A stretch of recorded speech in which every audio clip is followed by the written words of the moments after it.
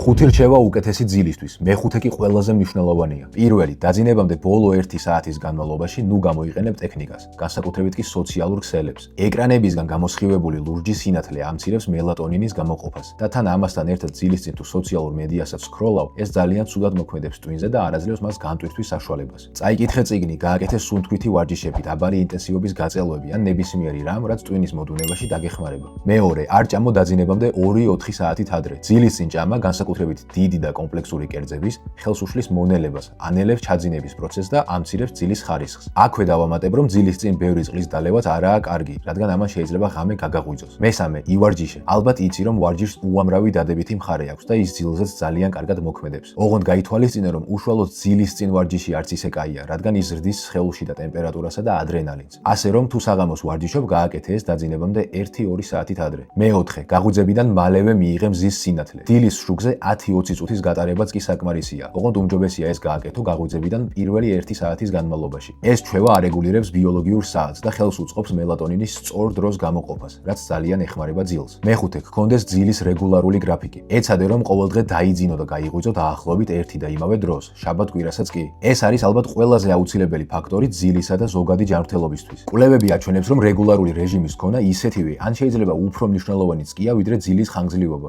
5 რჩევა უკეთესი ძილისთვის. პირველი, მოერიდე კოფეინს დაძინებამდე 8-10 საათით ადრე. თან გაითვალისწინე, რომ კოფეინი ყავის გარდა არის შავ და მწვანე ჩაიში, ზოგ გაზიან სასმელში, როგორიცაა კოკა-კოლა, შოკოლადში და კაკაოსგან დამზადებულ სხვა პროდუქტებში, დეკაბ სასმელებში და ზოგ მედიკამენტშიც კი. მეორე, გააგრილე საძინებელი. ჩასაძინებლად სხეულის შიდა ტემპერატურა ბუნებრივად მცირდება, მაგრამ საძინებელი თუ ზედმეტად ცხელია, ეს პროცესი ნელდება და ძილის ხარისხიც უარესდება. იდეალური ტემპერატურა ყველასთვის ინდივიდუალურია, მაგრამ კვლევების მიხედვით ის სადღაც 16-დან 25 გრადუსამდეა. მესამე, ძილის წინ ნუ დალევ ალკოჰოლს. ბევრს გონია, რომ რადგან ალკოჰოლს ტვინზე სედაციური ეფექტი აქვს და ადუნებს, ის ძილშიც დაეხმარება. თუმცა მეცნიერება გვაჩვენებს, რომ ღამე მიღებული ალკოჰოლის მცირე დოზაც კი ამცირებს ძილის ხარისხს. მეოთხე, მაქსიმალურად ჩააბნელე საძინებელი. ძილის ხარისხი დიდწილად დამოკიდებულია ჰორმონ მელატონინზე, რომლის გამოყოფაც სინათლის მატებასთან ერთად მცირდება. შესაბამისად, რაც უფრო ბნელია გარემო, ძილის ხარისხიც უმჯობესდება. ამისთვის შეგიძლია გამოიყენო დამაბნელებელი ფარდები ან საძილე ნიღაბი. ასევე დაძინებამდე 1 საათით ადრე მოერიდე კაშკაშა ვერტიკალურ ჭერის შუქს და გამოიყენე უფრო დაბალი ინტენსივობის განათება, როგორიცაა ლამპები. მეხუთე, მოერიდე ხმაურს. ხმისადმი სენსიტიურობა ყველა სხვადასხვა აქვს, მაგრამ ძილის დროს,